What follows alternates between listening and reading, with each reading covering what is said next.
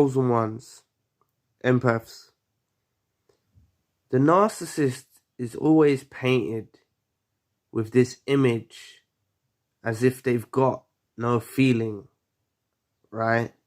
Now, I know they're devoid of empathy, but the thing is, they can become accustomed to you, the way you used to do things. There's no doubt about it. Even though you're at opposite ends of the spectrum, there is a bond there. They did feel a bond with you, a strong bond. They had a strong bond with you there. And yes, narcissists are unstable, deranged, make risky decisions, stupid decisions, and they act out in accordance with these decisions, and they go off with other suppliers and stuff. But the real truth still lays at hand, that they had a strong bond with you. You may have spent many Christmases together. They may have made those Christmases miserable, right? But they enjoyed it. You know, when they make something miserable, they enjoy it. You know, there's tendencies that the narcissist is infatuated with, which are not very happy moments for you at all. But there's plenty of those that exist in the relationship, and they like those as well.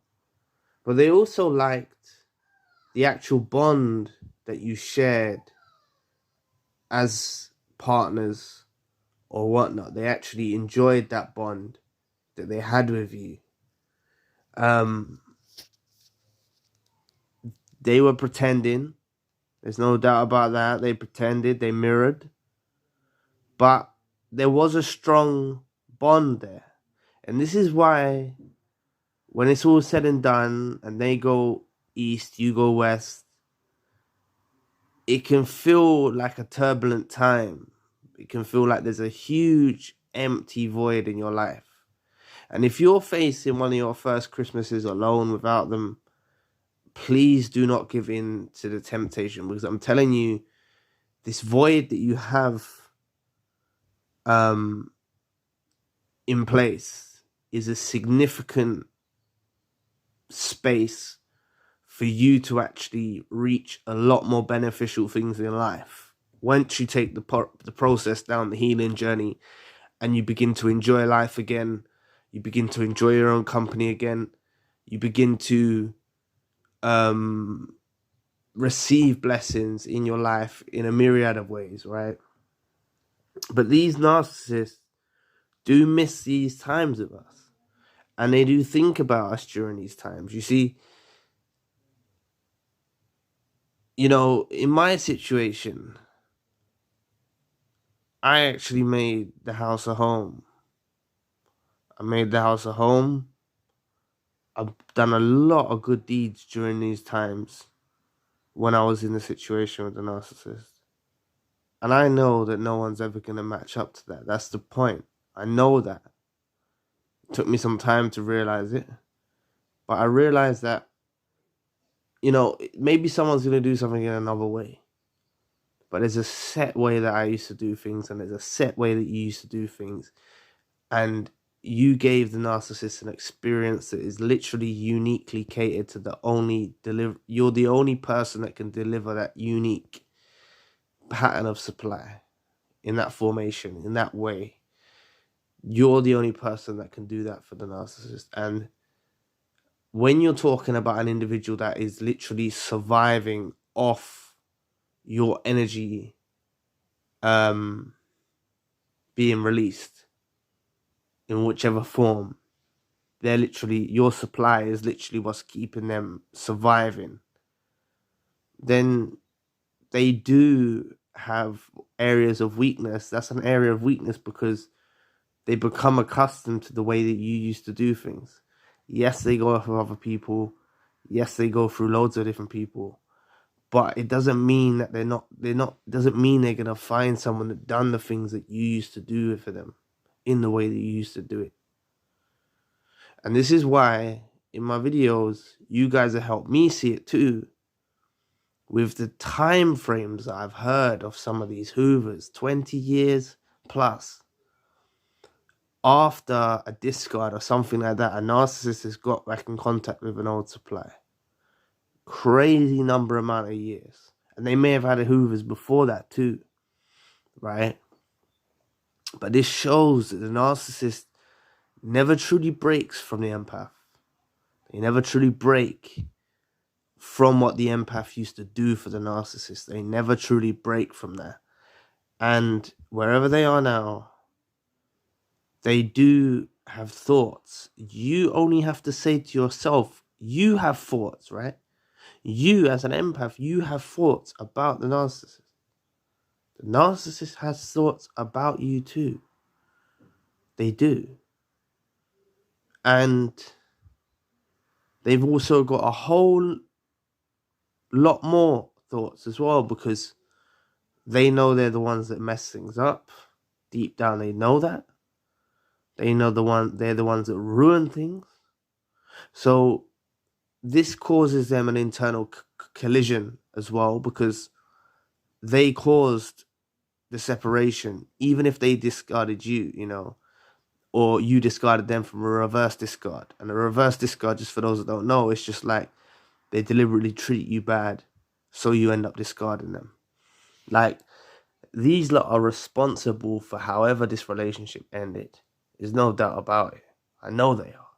We might have been the ones that carried out the steps and actually said, okay, final door slam and all of that. But these lots' unstable, weird behavior was the recipe for it ending in separation, right? But during these times, you may even receive Hoovers during the festive times. I've heard of holiday Hoovers. I was going to do a video on it, but I thought I'd just briefly touch on it in this video. There is something called a holiday Hoover, where they do Hoover around holiday season. They Hoover around birthdays, I've heard of. They do these types of things because they think you're going to be more prone to opening up to them. They're very hesitant about making any approach, if any. You've got to know, when you do receive a Hoover, it is a significant moment in your healing journey to totally disconnect, because it proves to you that everything that you'll hear me say in my videos is to be true, and it will prove to you that the narcissist does think about you long after. For those of you that haven't spoke to them in a year or 6 months, I'm telling you, just give it some time. It will happen if it hasn't happened already. And I'll guarantee you, if we dug a bit deeper, you've probably already had a Hoover at the beginning and you've rejected it without you even knowing, right? I rejected numerous Hoovers at the beginning. I didn't even know they were Hoovers. I didn't call it that. I thought I was dealing with a human being. We're not dealing with a human being here. We're dealing with a narcissist. It's like a demon that's lower than ourselves. They're subservient to demons that are lower than ourselves. So they're lower than ourselves. There's no doubt. But these lot do have an idolization for you. And they do re-idolize you after the separation. The main idolization of the whole entire relationship comes after, because they realize they're separate from you. They realize it's a very hard journey to get back. It's very hard to build a bridge again. It's very hard to get back into contact with you. And they're stuck with this idolization of you, ruminating in their minds. And when they're there and they're celebrating wherever they're celebrating their festive season, if they are doing that, they do have thoughts about you and the way that you used to do things. There might have been a particular way you used to cook a meal, or there might have been a particular way you used to do something for you and the kids, or you used to do something, that maybe the tree, I don't know, whatever you used to do. There'll be certain things that you used to do that only you done, right? And they will constantly have these reminders of you going forward. They will always have these reminders of you. So just understand that the narcissist does miss you during this holiday season, and they're living with the re-idolization of you. This is what you have to understand about a discard, reverse discard, any way it ended. You have to understand the power is in your hands once it ends, because they go forward in life. They actually go forward in life re-idolizing you from their past. That's what you become in their minds. Going forward from then on, you are always re-idolized. And if they come back around you again, they'll re-idolize you and love bomb you for a set period of time. Before you know it, will twist back into devaluation. And then before you know it again, it could probably be another discard. This is the cycle of the narcissist. But if you keep your distance and you keep them away from you, just know in their minds they're re-idolizing you. Some of you think this is just utter bunkum, like it's not true. I've seen it. I've heard from people. People have told me. I've had my own experiences. Like, narcissists don't get over empaths as easy as most people make out. They make out that these narcissists are these nonchalant, no care, no feelings kind of people. They're very in their feelings. They're very low self-esteem. They're very low self-worth. They have a very low self-worth. They have a very low self-esteem. They're very fragile human beings. Very fragile devils, I should say. They're very fragile. Their egos are fragile. They're very fragile. And they have tendencies of soft spots of gaining accustomed to the way that you used to do things in your unique supply source. And when you know that we're all unique in the world and there's never another you or there's never another me, then there's only a certain way that you would provide for that narcissist. And it doesn't matter who comes along and tries to provide in that same fashion. They're not going to meet the level that you used to offer as a chosen one, as an empath. You connect with people very, very deeply as an empath. It's a proper, real connection. And I know it's on the opposite end of the spectrum when connecting with someone who's a narcissist, but they have feelings of missing too. They're not alien to that feeling of knowing what missing is. They know what missing is. They know what the feeling of absence is. They know what the feeling of emptiness feels like. Feeling something absent in their lives. Someone absent in their lives. They know what that feels like. Right? And they may have gone through this before to some degree, so they thought they could handle it. They may have had some breakups in their life. They may have gone through this a couple of times. But there's something different about you. And that's why, and to those people that put it in the comments, shout out to you, because you helped me realize it's more common than it actually is. And I've, Hoovers after crazy amounts of time, crazy numbers, I can't even remember, 20 years plus. I've seen different times for different periods of time. I've seen people mention this in the comments and I've read it.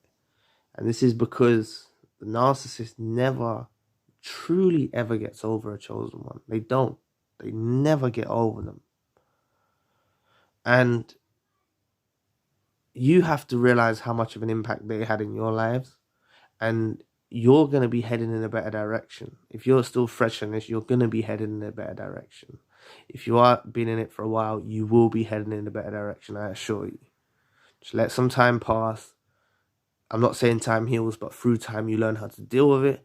Plus, opportunities will arise, blessings will arise, and your life will start to open up better. And you need to just make sure you keep an affirmative stance on the door slam, bolting and welding it shut, and never letting them return. Because as I said, if you do let them return, it's just a cycle all over again. It's a whole nother video, but just don't let them back in, even if it's your second or third or fourth or fifth or sixth or seventh or eighth or ninth or 10th. However attempt it is, make sure this is the final one if you're going to do it and lock them out, Because I know they've come back and they go and they come back and go, and I've heard this is what happens to people too. Just take it seriously, take your healing journey seriously, enjoy your healing journey. It's something to enjoy. Seriously, like me spending time alone for myself, by myself, doing things for myself, by myself, has given me like a good sense of independence. Like, it's made me independent, and it's made me not be relying upon others' validation. Which is, when we was in the relationships, we was at the mercy of their validation. We were denied validation. We were denied a lot of things in the relationship. And when you go on a little journey of your own and you start doing things, how many survivors have I spoke to that have done books, YouTube channels, music, different things, art? They've done these things and they've prospered on from what was a bad situation. They flipped this negative into a positive one. And that's what it's all about. That's the only thing we can do, is turn this darkness we was left into light. So anyway, thank you for watching today. Please press the like and the subscribe button. If you'd like to donate to the channel, you can find the link in the description box. If you'd like a one-to-one session with myself, you can also find the link in the description box. Currently, I've got the secondary channel, the spiritual channel. So anyway, I'll be back with another video soon. Peace.